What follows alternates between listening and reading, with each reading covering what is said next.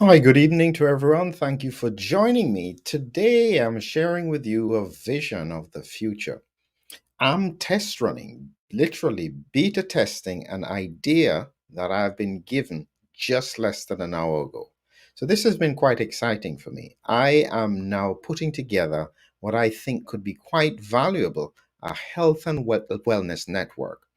You can join me in this journey because I've realized over the past few years I really enjoy sharing health information. I like putting it together. I like trying to come up with ways to make it coherent so that anyone can understand it. And critically, I have enjoyed even putting together some of the slides that I've done over the period of time. So, just to give you an example, I've got here, this is now my slide compilation just from my Advanced 360 course. These are all the slides I have done with regards to COVID, and it hasn't included the last two courses that I've done. And I've tried to explain things from all kinds of angles to try and see if it can make sense to people about COVID, autoimmunity, heart disease, anything that I think is relevant with regards to COVID. So we're talking about over 200 slides that I have already put together. And now the challenge is it's not that COVID has gone away, but I feel almost that I have put all the information together with regards to the COVID advanced course. That's like eight, nine modules and almost, 60 modules, eight parts. And I feel almost that that work is almost complete.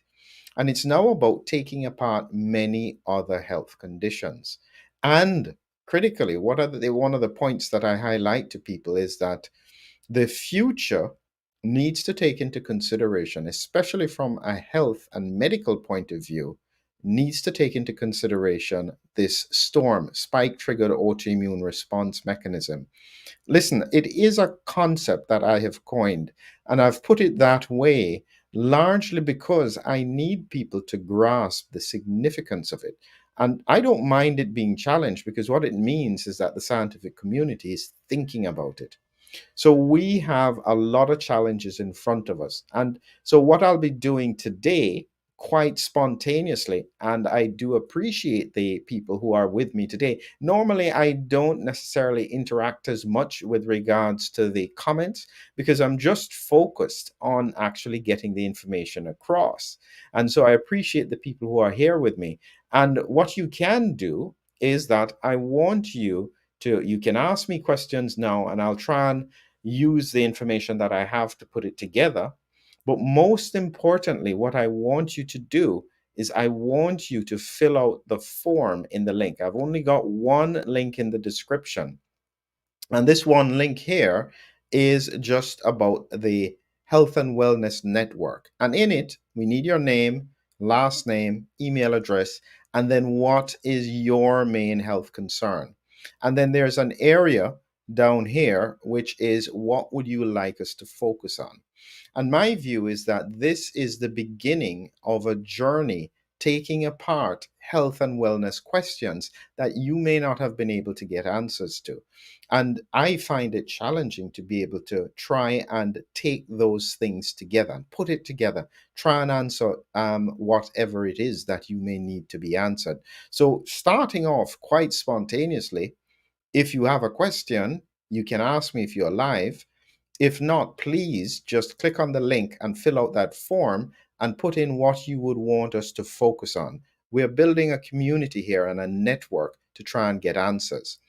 Important for you to know that when you sign up, you are also subscribing to our newsletter. And I'm telling you that this is getting better and better each time. It has all kinds of information in it, going all the way back, fascinating images, great articles. And a lot of them are unique articles that we have put together in collaboration with Lumientia. And so it's really been a work of art almost to try and put it together in the way that we have got it.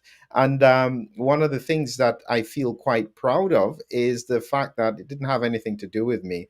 I'll try and see if I can show you this here. is that we've even got audio connected with it here. So this is what it would look like. This is the newsletter. This is how it looks. And this is what it would look like coming in your email. And it has all the stories and all the things. And now we've just added to it. Listen to this. A message from Dr. McMillan. Staying ahead of the science is challenging, but essential in this COVID-19 pandemic. Breakthrough research, expert interviews, and exclusive commentary from Dale, COVID-19. Advanced 360 course COVID-19. Advanced 360 course. Isn't that remarkable? I mean, this is great stuff. So, yes, we want you to join in. This is a brilliant newsletter. And this week in the newsletter, we have focused on, as I've mentioned before, the storm, spike triggered autoimmune response mechanism. And I've collated or correlated it with regards to what was happening earlier in the pandemic with, say, Dr. Shetty. And here you have this is the story almost, and you probably can't see this fully. Let me just switch over here. um, this here is showing the story from Dr. Shetty and talking about his journey and his observations. And additionally, we looked at his eighth day protocol, what had happened, and how he had done it. Not in detail, but just the story of it. And then I went on to look at Storm, the presentation from infection to the immune response as to what I think is happening here. So this is a unique article that you can only get in terms of the in terms of our presentation and joining us on the newsletter. So yes, it is quite a challenging thing, but let me just quickly see if we have any points here. Has Gert done any updates? I think he's still on his live thing, and I hope to plan to speak to him again soon. And somebody here, if possible, I'd like to learn more about the brain damage as well as the smell and hearing problems related to COVID 19. You know, hearing is a very good one, SW. People keep on talking about it. It's not something I've actually focused on in any great detail as yet. Um, and I would be thinking about how I'd approach it is that everything is about understanding which proteins are primarily targeted in terms of COVID.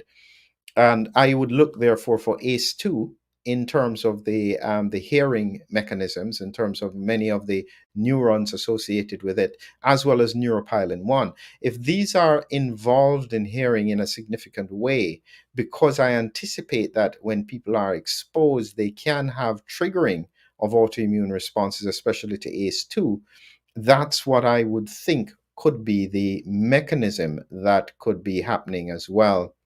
Um, Part of the science which is not being addressed is all of the phenomena of a wireless electronic network of addresses present in most of the COVID vaccinated visible on Bluetooth. You know, I truthfully I haven't done much research on that, and I genuinely don't know if that is purely conspiratorial or whether or not that is closely linked to the science.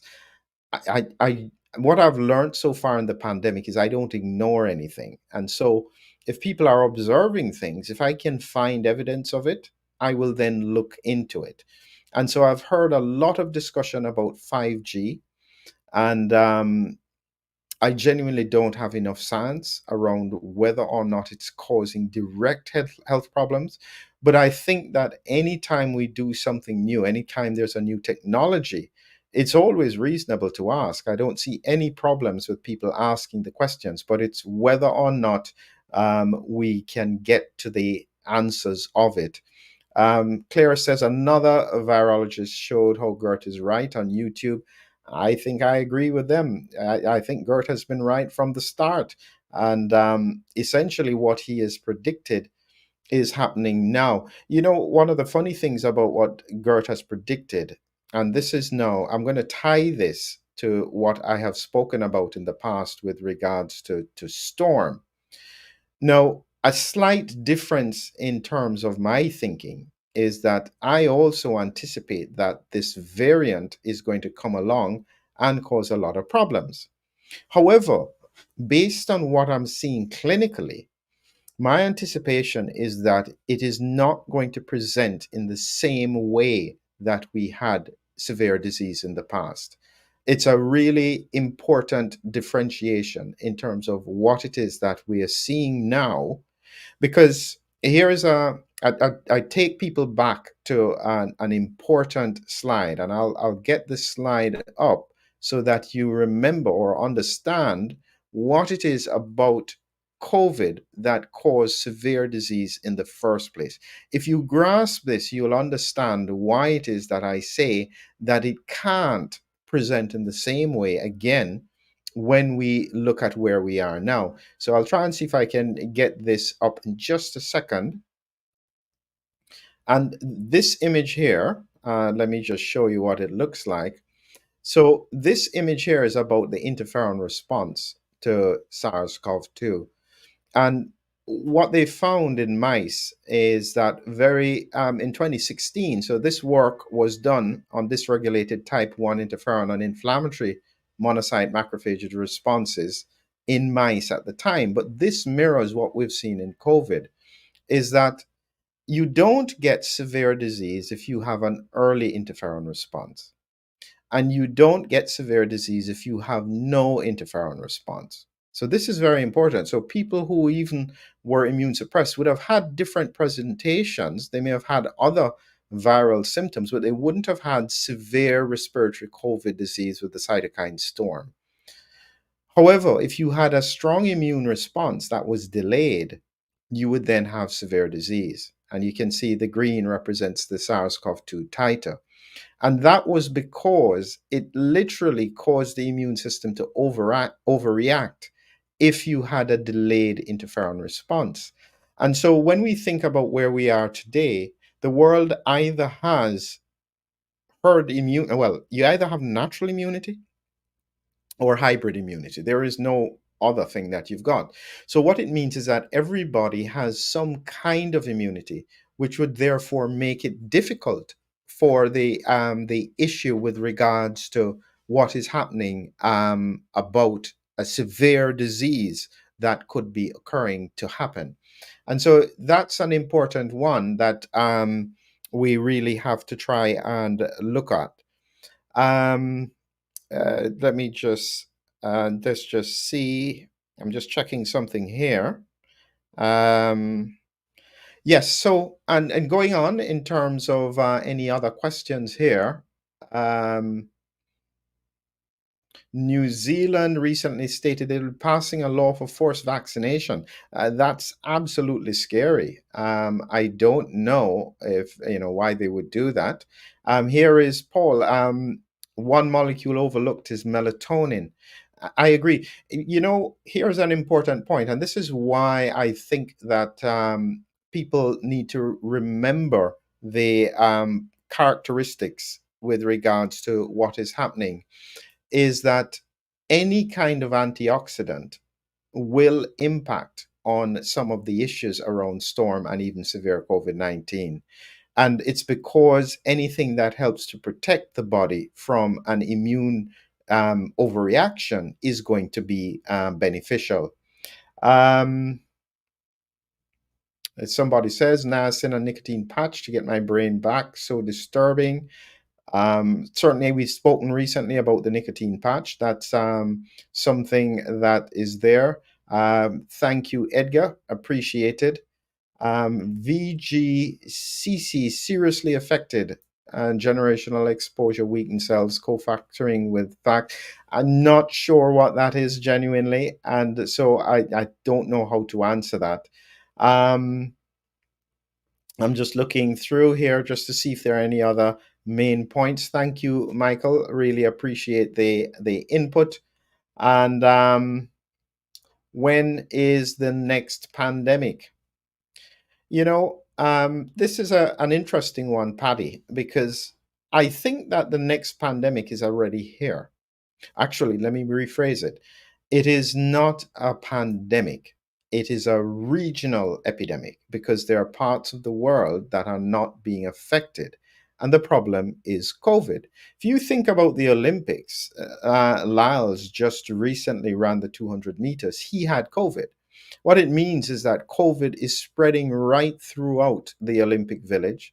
It means that it's spreading most likely in among the people who are working in the Olympics. And so we are likely to be having a super spreader event occurring in France.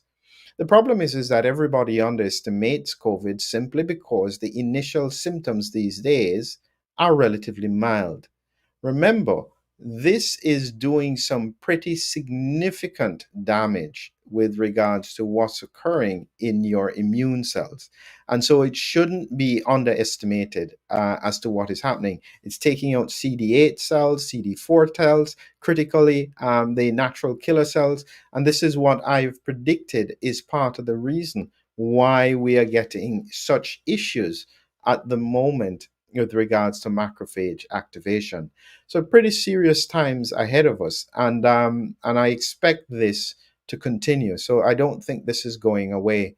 Just in case you joined us late, I want to remind you that we have here a form, and this is so if you have specific questions that you want to be answered or areas to be covered, please put it in this form. You'll be joining our newsletter network as well, and you'll be able to interact with what we want to do in the future. I really want to try and see if it's possible to build a network where we're sharing ideas and bringing concepts together, and I can build out the information for what is happening. I'll take a couple more points before we have to go. Consider autophagy and carb restriction for the brain fog measure improvement. I think he was referring to somebody. You know, this issue with regards to autophagy and fasting especially, I have now come to the conclusion that many of the things that people think are primarily religious actions, so say for instance, meditation is very good for mental health. We have here the chanting and deep breathing, good for health. Fasting, although it's primarily a religious activity, is also very good for health. And so many of these things that we think are just routine problems, I think are critical issues that can help to build health. And fasting is one of those that allows the body to rebuild in time.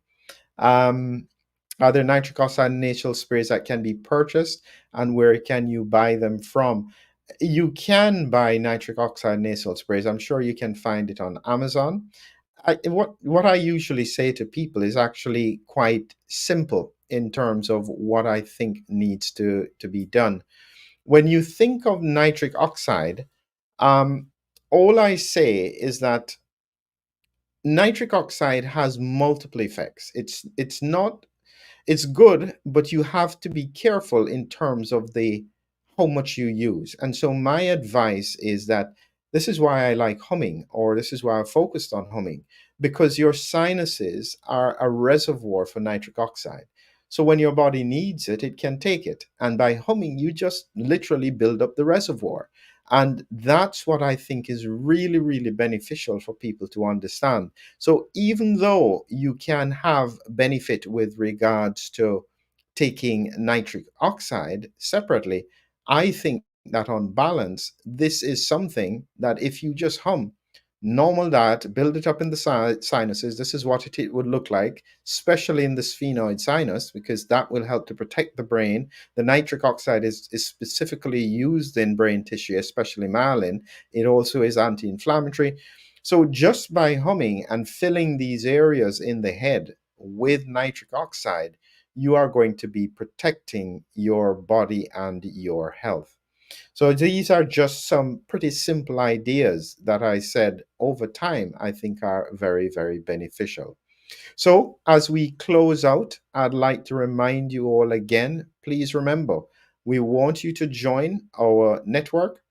I want you to join here. The link is here. It's the only link in the description. I want you to share what you're interested in. and we'll start building out a network where we will be answering and raising the points about them.